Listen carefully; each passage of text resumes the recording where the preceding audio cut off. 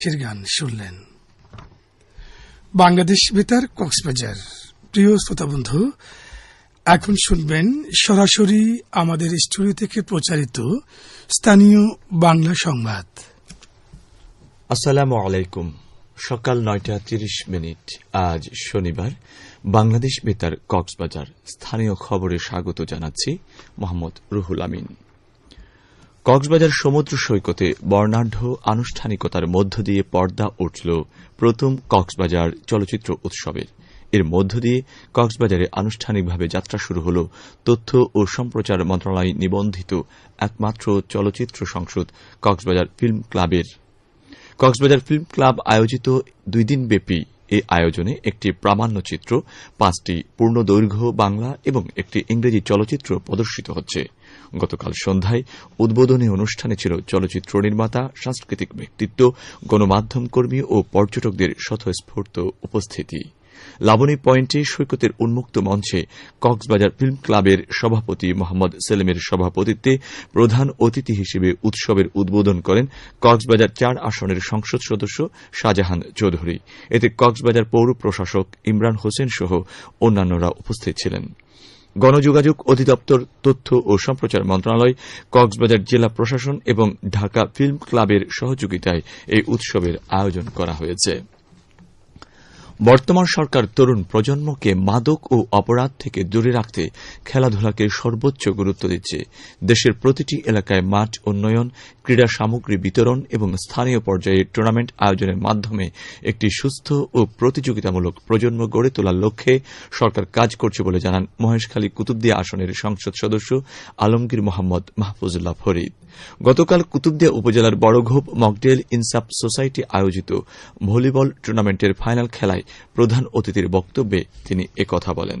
Baraghop UP chairman শহীদ উদ্দিনী ছোটনের সভাপতিত্বে অনুষ্ঠানে উপজেলা বিএনপির নেতৃবৃন্দ, দক্ষিণ ধুরুং ইউপি চেয়ারম্যান সহ সাবেক কৃতি খেলোয়াড়রা উপস্থিত ছিলেন। খেলায় মকডেল আদর্শ ক্লাবকে 2-0 সেটে হারিয়ে লেমশিখালী আশা হাজিরপাড়া ভলিবল দল চ্যাম্পিয়ন হয়।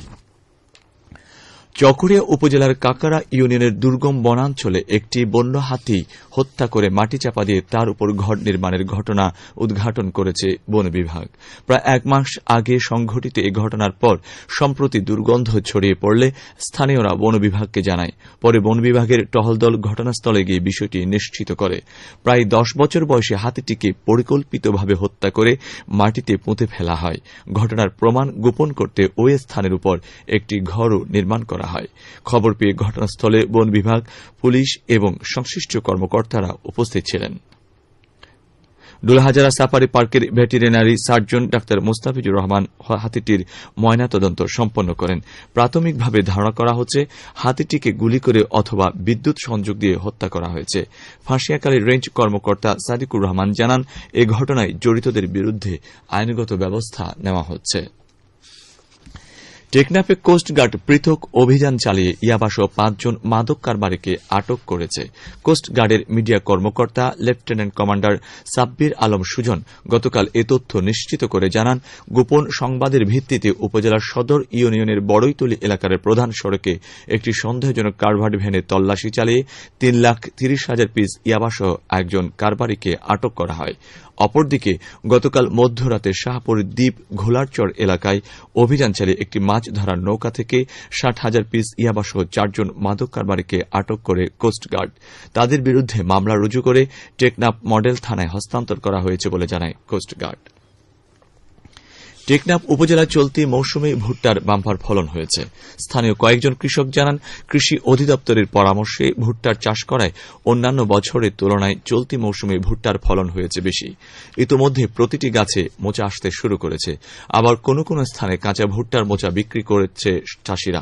উপজেলা কৃষি কর্মকর্তা মোহাম্মদ হুমায়ুন কবির জানান, চলতি মৌসুমে টেকনাফ উপজেলার 20 হেক্টর জমিতে ভুট্টার চাষ হয়েছে।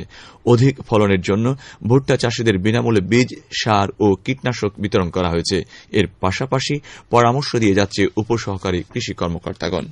উখিয়ার পালংখালীতে মিয়ানমারে পাচারের উদ্দেশ্যে মজুত রাখা ৩,০০০ লিটার এসিড উদ্ধার করেছে পুলিশ।